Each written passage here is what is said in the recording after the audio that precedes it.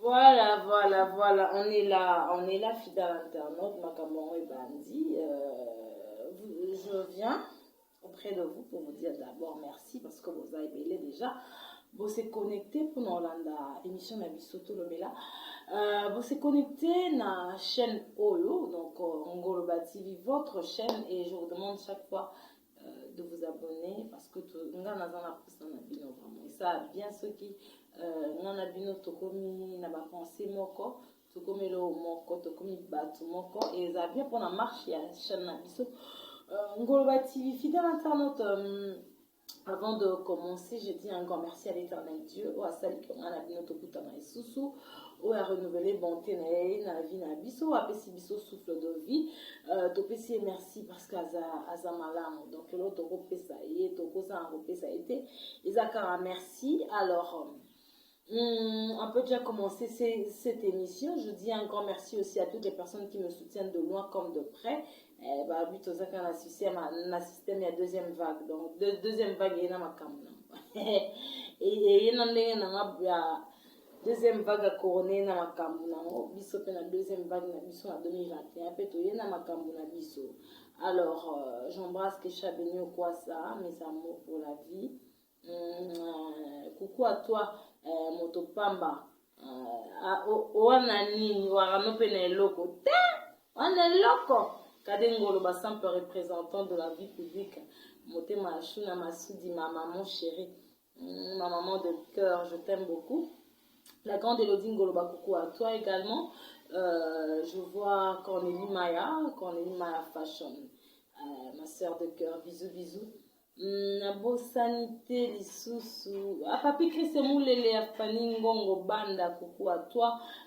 Honorable Dino na Orléans, balobi mituka ebele. Honorable Dino, ya Vanessa, coucou à toi. Didier Ngoloba, mon vieux Massaro, c'est du cash avec toi, mon vieux Massaro, motema ya Betty Sinda, élégance. Didier Ngoloba, motema ya Betty de Bundes. Clin d'œil na Binopé, clin d'œil également Bob Ngoloba na Basel na Suisse, il y a Atita, Bob Ngoloba, coucou Nayo, et je n'oublie pas Tony Ngoloba, Motomoko 10 personnes, Balobi Paris à yo quoi, Tony Ngoloba, bonne année, pour toujours continuer kaka, et puis la mona Sousou. Mon vieux JPM à de London, et puis à toi aussi ma belle divine Ilanga, la mère de mes enfants, coucou à toi, fidèle internaute, tu vois la deuxième vague na biso et za makam. Donc makambu sur makambu ya ngope biso pe to kotika na kati makam. Alors la fois passée, tomeka un peu kosola bien qu'ils aient échange de vœux, tomeka un peu kosola na oyo etali peut-être Bamba Corona, la deuxième vague, et puis tomeka un peu koye pasteur na biso lelo bakomi boye pona nini, mais c'est vrai que zaki kaka en passant, mais lelo pena to komeka un peu kokota na bozindo. Alors avant de commencer, je dis aussi un grand merci à mon pasteur, lui s'appelle le révérend Espérance Mbakadi de l'église de Mangembo, Nabo Sanité Virginie Manganga. Virginie Manganga, coucou à toi. Et puis aujourd'hui c'est ton jour, donc heureux anniversaire à toi, Yatine Yat Dituzolele, heureux anniversaire à toi, bisous et beaucoup de bonheur. Pasteur Nabiso Maramba Osala, na Lubango, et puis na Obandele sur Lubango, je ne suis pas là pour juger les gens, non. Je ne suis même pas qualifiée pour juger Batouti. Mais quand même, ceux qui te montrent qu'il y a des gens qui ont mabe, au sami au banandeko ndeko, aux autres bien té, tala aux autres ceux qui a yoki, à mon esali que bien té ndengo lobi puis à comprendre que autres mabe à rozonga nanzela solo. Mais ceux qui pas comprendre té à continuer na yegara nanzela na ye. Mais essentiel les ara que yo olobaki fardeau o ezala ki yo et c'est déchargé. Donc c'est déchargé na fardeau wana parce que c'est trop. Tobi ba pasteur na biso ba obetsa batu ba mabaku. Ba obetsa biso karate ba obetsa na batu o baza ba chrétien te. Siko to limite yeba. Tango pasteur yemo déjà bon. on sous-entend que baza va égarer. Parce que on va maman, on dit que ça va baza va égarer tout. Ce qui est que pasteur a comme égaré. Bon batu oh baza na sima na ye, ba brebis, ba oza égaré ndenge nini. Tout à l'heure on va en parler. Ce n'est pas une invitée, mais quand même à Zawana pour Natomeka, pour ça l'analyse au naye. Il y a peut-être une révélation. Et puis à cause de la connaissance parce que on ne connaît pas tout donc toye baraka ndambu oya yebi wana nakati ya Bible to komeka un peu ko partager en nande konanga na banga azane lokata. Alors fidèle internaute, je vous laisse déjà suivre cette émission. Le temps pour moi, yako kotisa ndeko oazana biso, elle s'appelle la Rosette et là où tobetana un peu makambo nenge za koleka. Voilà fidèle internaute, n'albaye que donc ezalika ebandezeka apona meka un peu ko rappeler bino nini oyo to solo la qui la fois passée et puis ako ndeko nanga pas na ben akota ayeba un peu makambu to solo la qui na bino la fois passée. Rosette est là, bonjour et bonne année. Bonjour maman Yasmine Goloba. Bonne année. Très bien, la Goloba ça. Ah, makambo belé, c'est vrai que nous avons posé un peu toyeba yo toyeba yo ponga lobi na ba internet na biso bazolanda azana eloko atata donc eloko atata ngoloba ya papa abota été ya papa aza mokeli na biso azana eloko atata ça veut dire quoi? Bon, c'est juste un simple instrument où il y a mapona qu'on utilise. Na kati na mosana je suis une prophétesse Rosette c'est là où basila. Prophétesse l'année dans nzamba la salon voilà. Ni masala na grâce. Loba na ngelo ko pona ngai. Siko ka lobango na miso batu.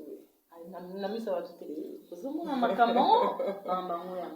C'est vrai que nous tout on peut en fait toko loba te ke batu nyonso tout ba o balobaka misa batu mabete mosusu ye nzambe ayebisa ye koloba na misa batu te mosusu elezaka batu ozoyeba te comment oblesse ndeko ntango olobi na eloko moko boye yo moni kaka naza prophétesse nazopanza awa donc nga mpena naza na prophétie mais ye selon alliance na ye to makambo na ye asolola na nkolo na ye esengi na ye azala.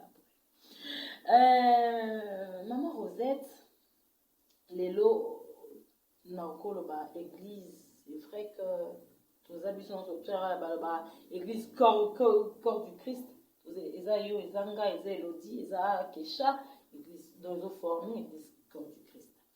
Mais koloba lelo ba pasteur na biso lokola betio bapesio moi bapesio comment je peux dire fardeau wana ya kosambelela batu ou bien mokopa batu mo quelconque ndenge nini bokomokoma na niveau basali na nzambe bokomokoma na niveau ya koabuse ya kobunga nzela mpe biso moko tozomona ke bazobunga nzela tobeta maboko totala kaka toloba ke ye bakokote ya ete posa te ya biso.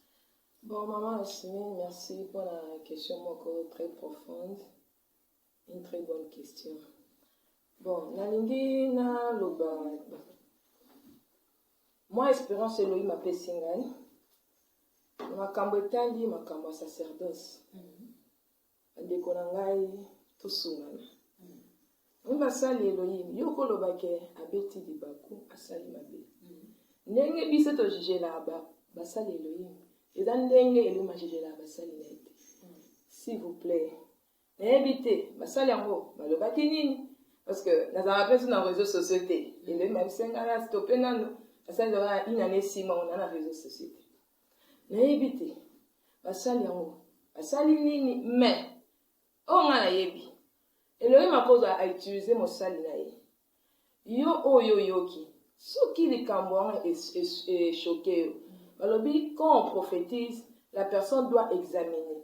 l'examiner les a pour répondre mosali Elohim te o a prophétiser pour non ou bien o a passer au message. Non, tu vas aller dans ta maison, biso to sambelaka. OK, yo sambeli otuni tata parce que alobela biso nyonso alobi même que intime un temple comment déjà ouvert. Biso to comment na accès libre. Obi papa ta ba pesi nga message ya boy. Na moyen message wana e choquer ngai. Siko elingi oloba nini otali examiner non vie no mitali est-ce que naza dans le bon ou naza dans le mauvais ceux qui naza dans le bon Elohim siko message olingo oloba nini au moins attelle ma répondre ôté au moins na kaka même peut-être prophète wana bien pasteur wana pesa ki au message ako prise réponse oyo osengaki Elohim na kati na ndako ou bien na chambre ou bien na prière osaki ou bien au moins ata moto nzela oyo oyebi te Elohim atuzaka asala makambo na ye na ndenge na ye asovera wana moto oyebi te apesi yo message mituni mais oyo ezalaki réponse ya likambo nasambelaki donc oyo nga na koloba yango wana donc mokolo mosala Elohim apesi yo message ya to juge non te parce que Elohim azalaka jaloux na basali na ye ntango oyo mosala apesi message interprétation et où t'en as un peu Elohim yé moko et cause à même et quand pas mon sali wa et cause à peine un moto mon source Elohim a quoi utiliser ça à interpréter le message bande ko nangai papa maman nangai papa nangai o peut obeta masaki li baku na likambo mon sali Elohim a lobaki mais quand pasteur ki ngani a lobaki et ça là qui au bien te ça va te sambelaka examiner oh ba ke bibelobi examiner la prophétie examiner le message et ça on a lobby que OK nanda ko répondre parce que répondre et ba que au commis la rebelle or que le na rebelle wana a frappera bango au cause avec une malédiction na likambo oh pour répondre qui mo sa Elohim peut être likambo na oh il mo sa na lobby yenu le tini mo sa na lobby si vous temps répondre mo sa na été répondre directement Elohim a lobby ne touchez pas à mes voix côté wana papa na ngala maman na ngai to sungana pour na lukumu ya tata soki ndeti pasteur moko aleki mpona peut-être koloba ke évite toza na mokili oui mais pasteur aleki aloba ndeti ke musicien oyo ndeti ya mokili ayembelaka nzambe te asila wana eza message eza prophétie to eza yo okoti na yo na ba désir ya mokili. Est-ce que un pasteur, un homme de Dieu à côté les mains na miso batu na ba écran koloba que musicien okuta sila après ovani tomo yoka ke koto comment je peux dire bato ya musicien X ba répondre ye bato musicien Y ba fingi yo wana siko eza pona lokumu ya nani ya lokumu ya Elohim to message nzamba ebisi ye loba ke mission asili pona toga nini na kati bon maman Yasmine likambo olobi bon pona nga eza peut-être elo mo ya sika na yo ki angote nazopesa na peut-être réponse exemple pona ezali nango mais topesi siko exemple soki pasteur moko asali bongo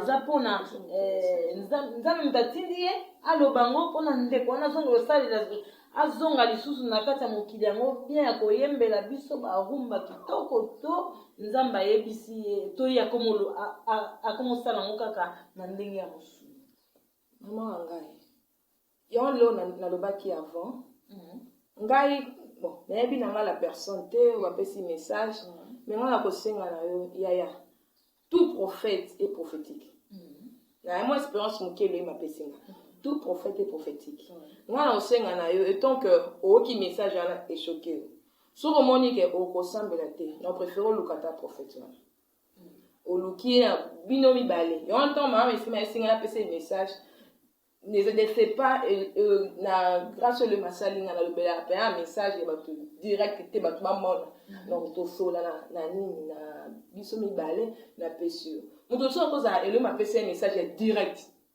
donc eza ba grâce moko ba grâce ba différentes grâces même chose to servir kaka tata Elohim donc soki na pesa message est choqué papa na ngai ko finga te ko répondre te parce que au cause oza na raison nde likambo wana choqué na ko préférer oluka mosali na Elohim wana oyo apesi yo message au solo lina papa peut-être azana réponse ou interprétation un message ou appelle ça qui yo là on a moins espérance mon qui le m'appelle singa na temps ya prophétie ya ngwana na ko répondre bongo c'est vrai que kola mokalelo na tongo to qui pe banungu nungu mususu na lobaka na ba abonné na nga na ba internaute.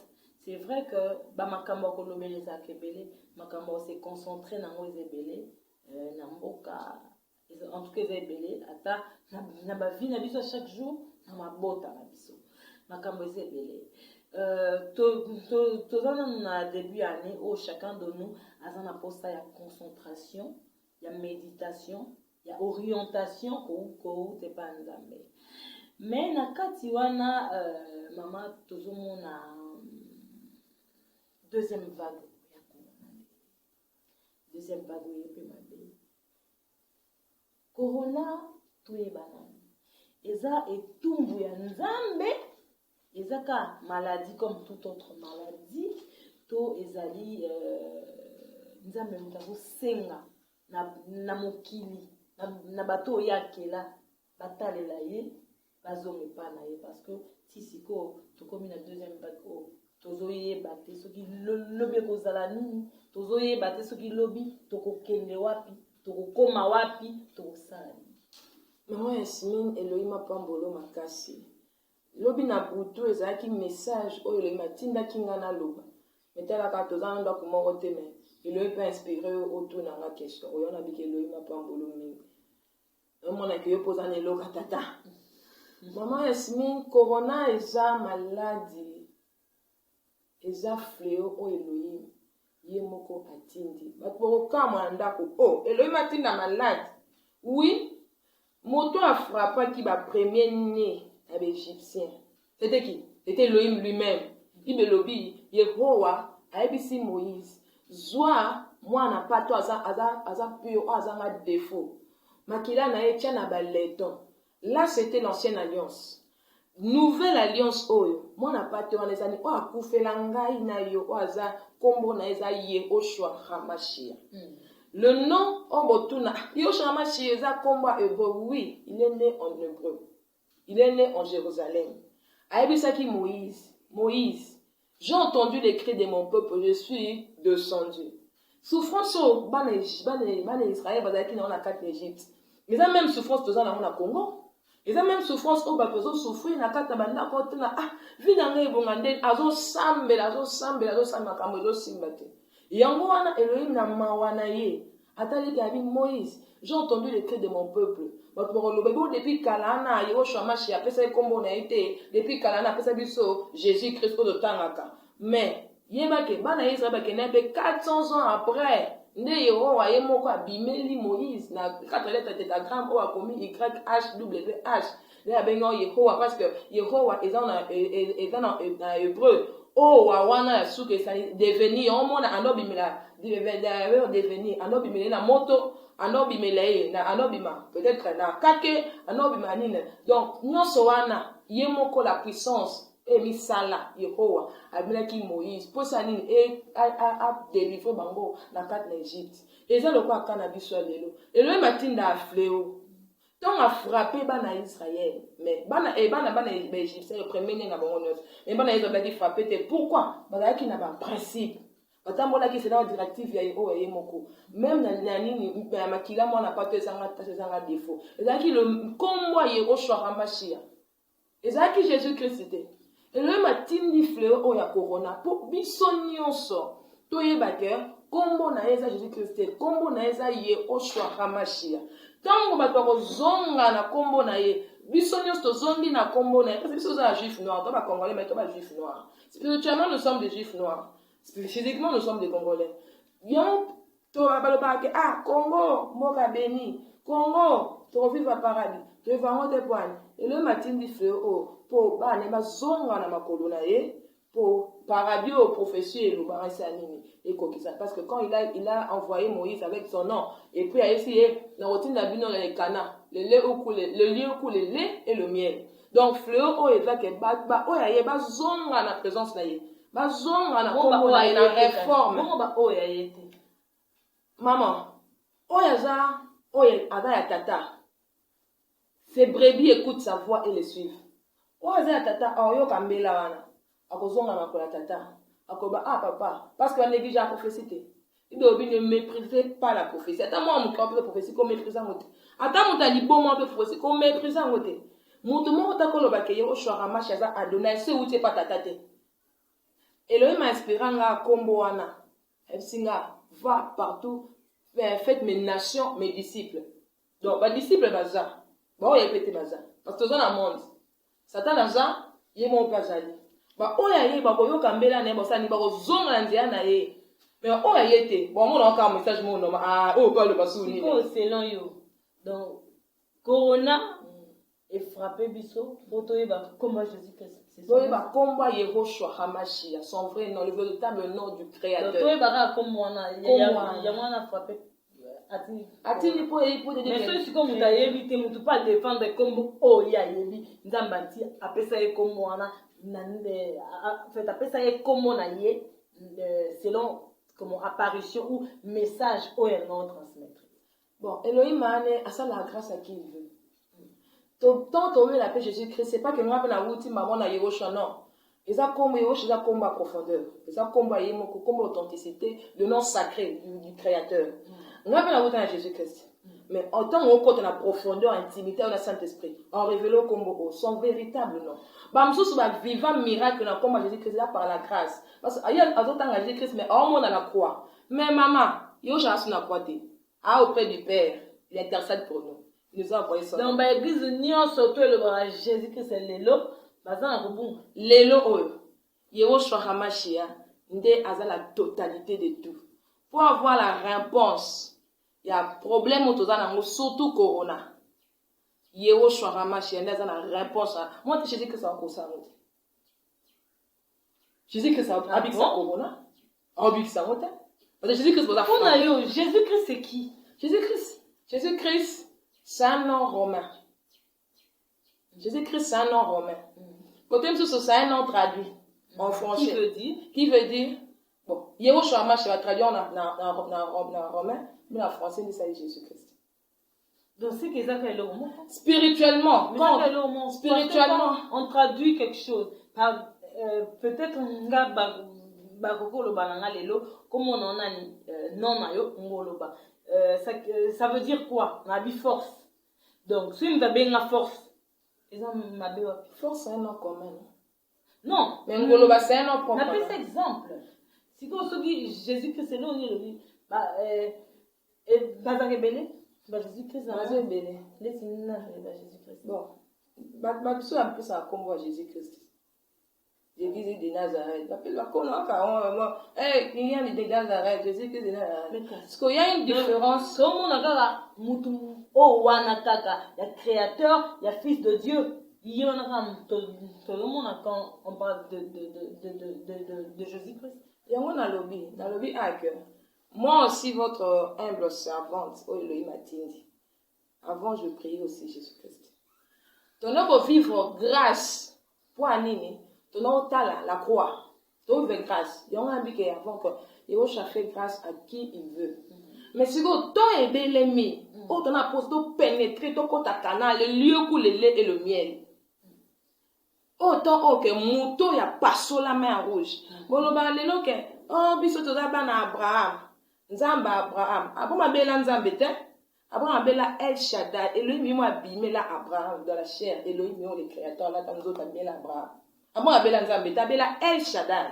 La puissance français le tout puissant. Après ma belle El Shaddai. Si c'est comme na Moïse appelle si Moïse comme bonde Yehowa bi puissance o emi sali. Pour bimanakati na parce que à l'époque tout ça la Bible est là.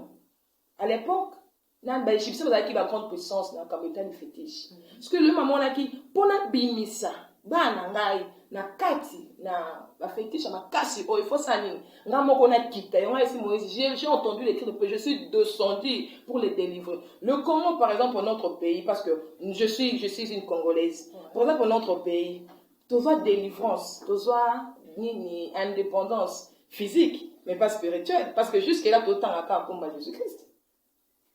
Mais spirituellement, nous sommes des juifs noirs.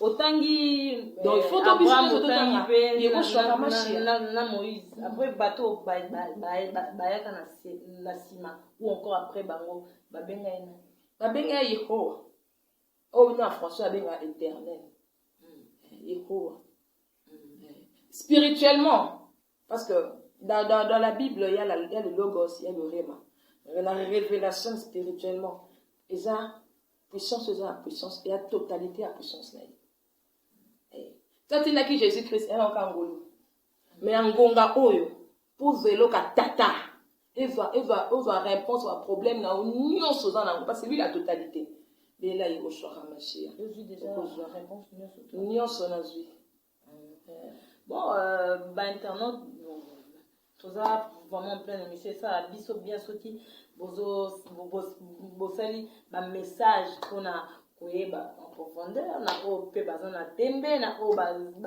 bandimi na o bazana posa koyeba isusu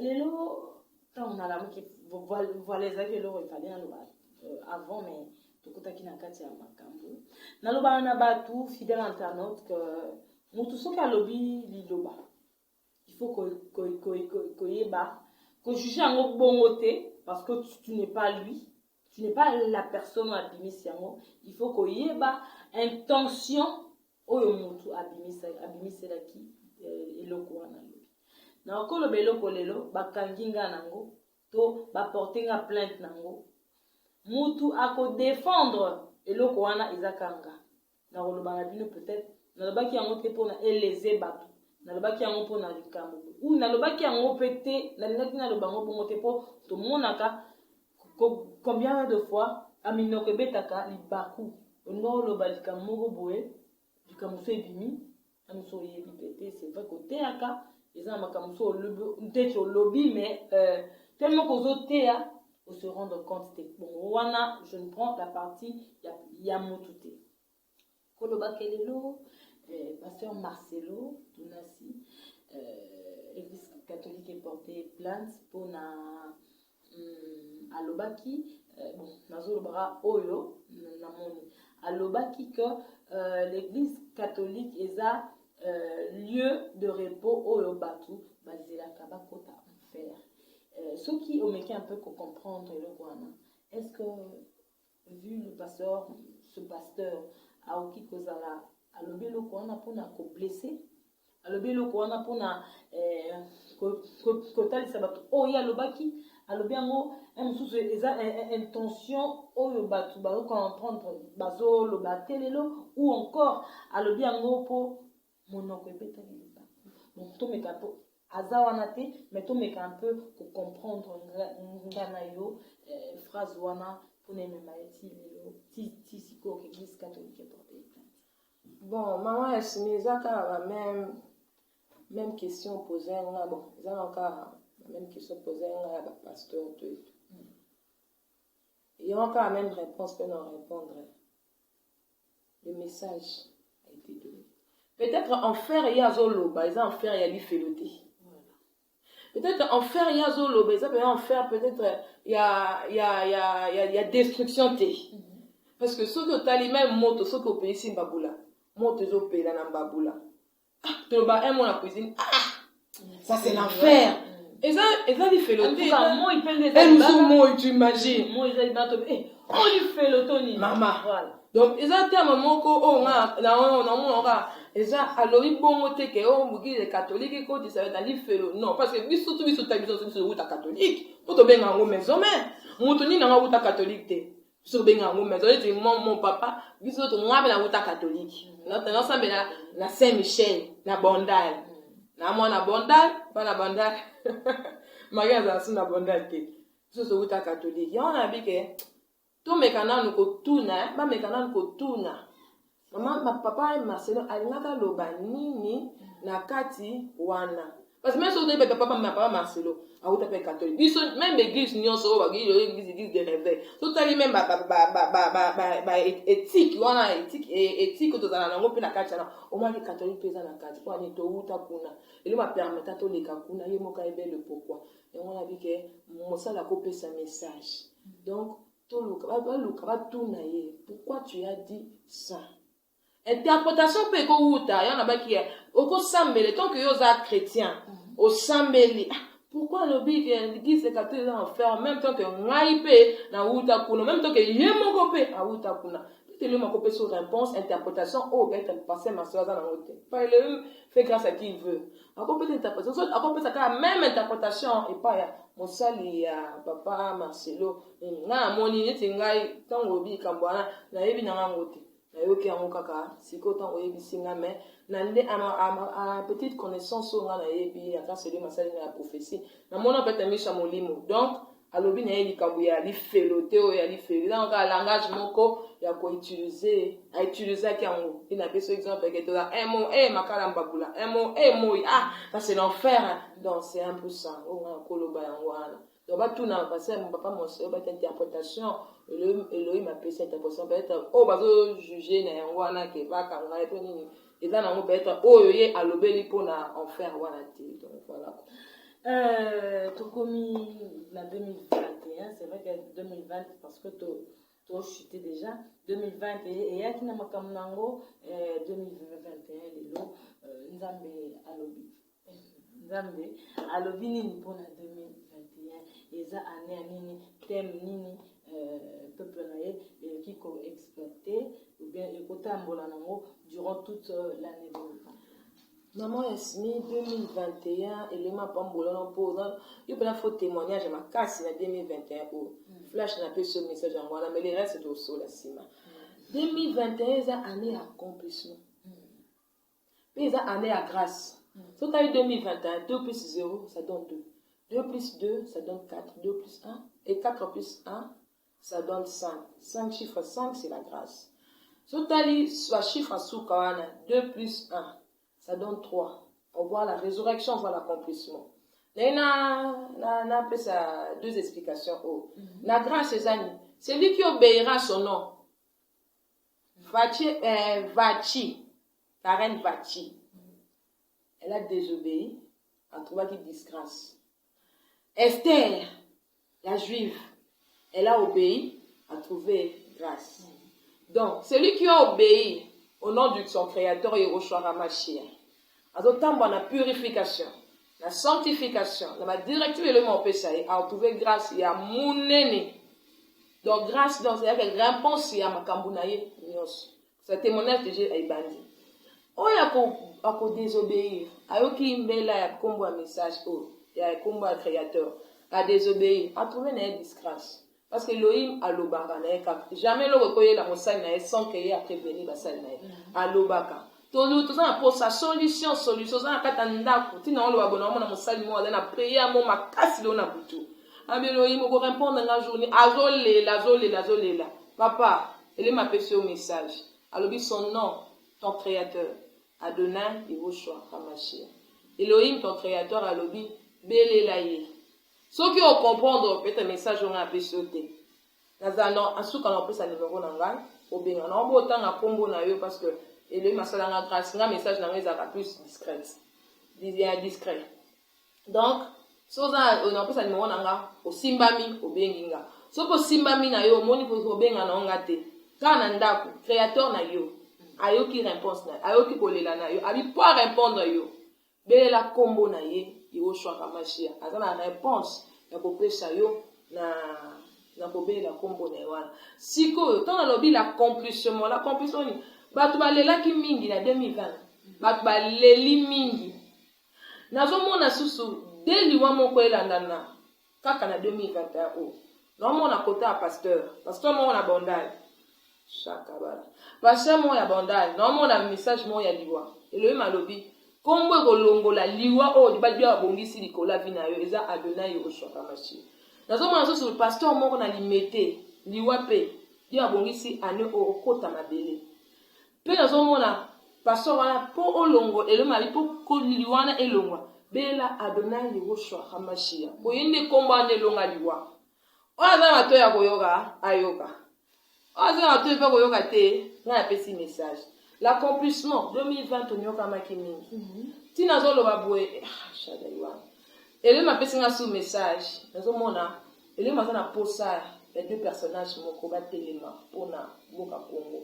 Tobake Congo bobonga jour nini Elohim a eu kolela biso parce qu'il y a encore cette ethnie qui n'ont pas encore fait devant Baal. A eu kolela ba oya ye aye a sauver Congo. Denga sobaki bana Israël Égypte aye a sauver Congo. Et les mazos logani a après ça deux personnages au batelema na bodeli. Il y a liboso Abraham parce qu'Abraham c'est lui qui a intercédé pour Lot la carte la Sodome. Avec la Elohim intercédé pour Lot qui sauver la famille. Abraham, deuxième personnage, c'est Noé. Noé, Elohim a trouvé qui c'est un homme juste et intègre. Noé, donc on voit l'arche, on voit les gens qui sont sacerdoce, ba yembi, ba pasteur, ba dani, ba kombonyo sobo yebi wana, ba archivingani wana.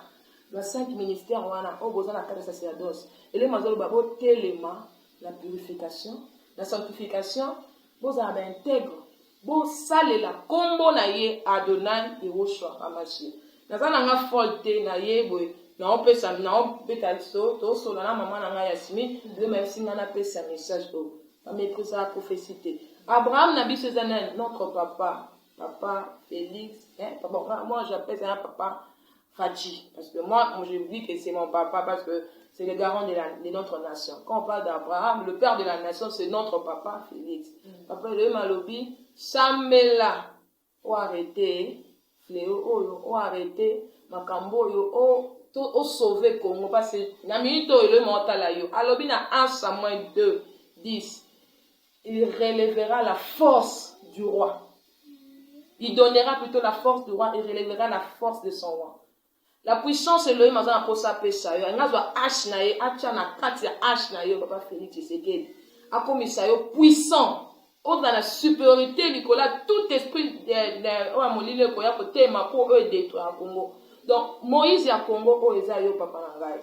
Et si vous avez un biso, et si vous avez un bateau, papa, vous avez un biso, beaucoup de ça message, oh, ils appellent les pamboli pour na, ils appellent les pamboli pour na, mboka na biso Congo. Des messages, tant on a tous, on a ma Yasmine, mais c'est le message, on appelle ça pour na mboka na biso, on a pour nos pasteurs, yango.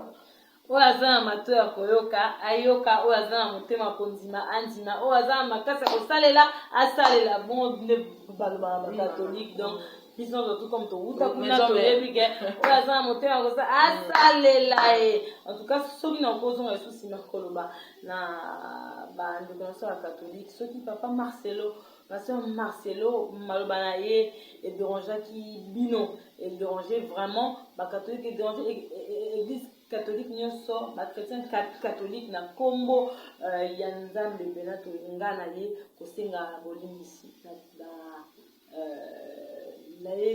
en tout cas na sengeli vraiment pardon et puis kolukape koyeba intention nini oye alinaki alobango soki ezalaki ya malamu tokoyeba soki yaki ya mabe tokoyeba mais ezala malamu ezala ya mabe tosengi kaka bolimbisa parce que toza bana nzambe tolimbisanaka parce que toza pe parfait te biso nyonso tout toza na biso bato masumu yango tolimbisa ye makambo oyo eleka nango na ndenge ya kimia na ndenge ya mabe te. Alors fidèle internaute tokomi vraiment na suka ya émission tozalaki toyaki mpona tolobela likambo mosusu mais ntango toza na kati ya en pleine émission oyo tango tozaki na posa koloba ebele mais ntango toye na kati ya émission oyo tobandi osala émission bomoni comment est-ce que bamessage ye mpona mboka mpona basala na nzambe mpona le président Fachi donc nyonso tu wana eza kaka mpona kombo ya nzambe alakisa biso ke azali nzambe ayokaka kolela bana na ye puis mpona asukaka kaka na koyoka te il faut aexaucer soki ayoki peuple leli mingi akoexauce akopesa badirective mon pasteur alobaka na biso oyo toujours mwana oyo aza obéissant na badirective ya nzambe ye wana apambwamaka soki bayebi so ke sala boye oza obéissant c'est vrai que mama lobi que prophétie nyonso baexaminaka yango examine yo moko moni ke ezali bongo kokanga motema te luka obéir pe omona comment est-ce que nous avons élevé biso puis à élever mboka na biso Congo. Maman to komi na suka, quel est ton dernier mot et puis on a tout cas voilà et puis que ça bala liboso mais ça il y a suka te to vraiment au messana ko yamba yo ya ko so partager et puis il y a ko lo balisusu peut-être ba message oyé na nzela ya chaîne oyo na nzela ya émission oyo to lobela to ko lobela ngo et puis mboka biso et que bongo indépendance na ngo spirituel. Elohim apambola yo émission tolobela. En tout cas, Elohim asaka loba mapenza. En tout cas, tu as vraiment été inspiré na sepel makasi l'émission. Oyo na pesi bambote na ngai. À mon amour, Philippe Basila, Italie. C'est mon ami bébé d'amour. Eliane Lotambi. Rofi Basila. Leslie Basila. Bernie Lotambi. Coucou, bonne année à tout le monde. Attends, arrête, mieux vaut la fin des choses que son commencement. Bonne année à tout le monde. À la prochaine occasion. Voilà donc les amis bongo une émission tolobela on a le barango tolobela ranio surtout les karana Congo surtout les kaka le monde entier donc tozaki bongo azaki invité te dans le lobby mais azalaki pour nous mettre un peu qu'on partage ensemble makambo tolobeli et puis je crois pas que vous avez la soukate et que vous avez la peine to comme nabaki deuxième vague ezana na makambo nango to comme vraiment na makambo que de makambo zo salama ba prophétie zo bima en tout cas eza pour la gloire ya muté tout ça tolini kaka Congo ezala sauvé monde entier ezala sauvé et puis gloire ya Nzambe. Que Dieu bénisse son peuple, que Dieu bénisse la terre tout entière, la RDC en particulier, le président, puis Antoine Tshisekedi, tout le monde, hein, ma famille, la famille Ngoloba, docteur Ngoloba à Montréal, Doudou Ngoloba, na Bosanité, et qui encore, posez bien les labino, na labino mingi, donc restez branchés et je vous demanderai juste de vous abonner à votre nouvelle chaîne Ngoloba TV, na Bosanité, Kade Ngoloba, simple représentant de la vie publique, Moté Machou, Namasoudi, ma maman chérie, ma maman de cœur, Kade Ngoloba, on est loco. D'ici là, portez-vous bien et à très bientôt. Restez scotchés ici, Ngoloba TV, et puis dans votre émission, on se retrouve prochainement. Au revoir. Au revoir.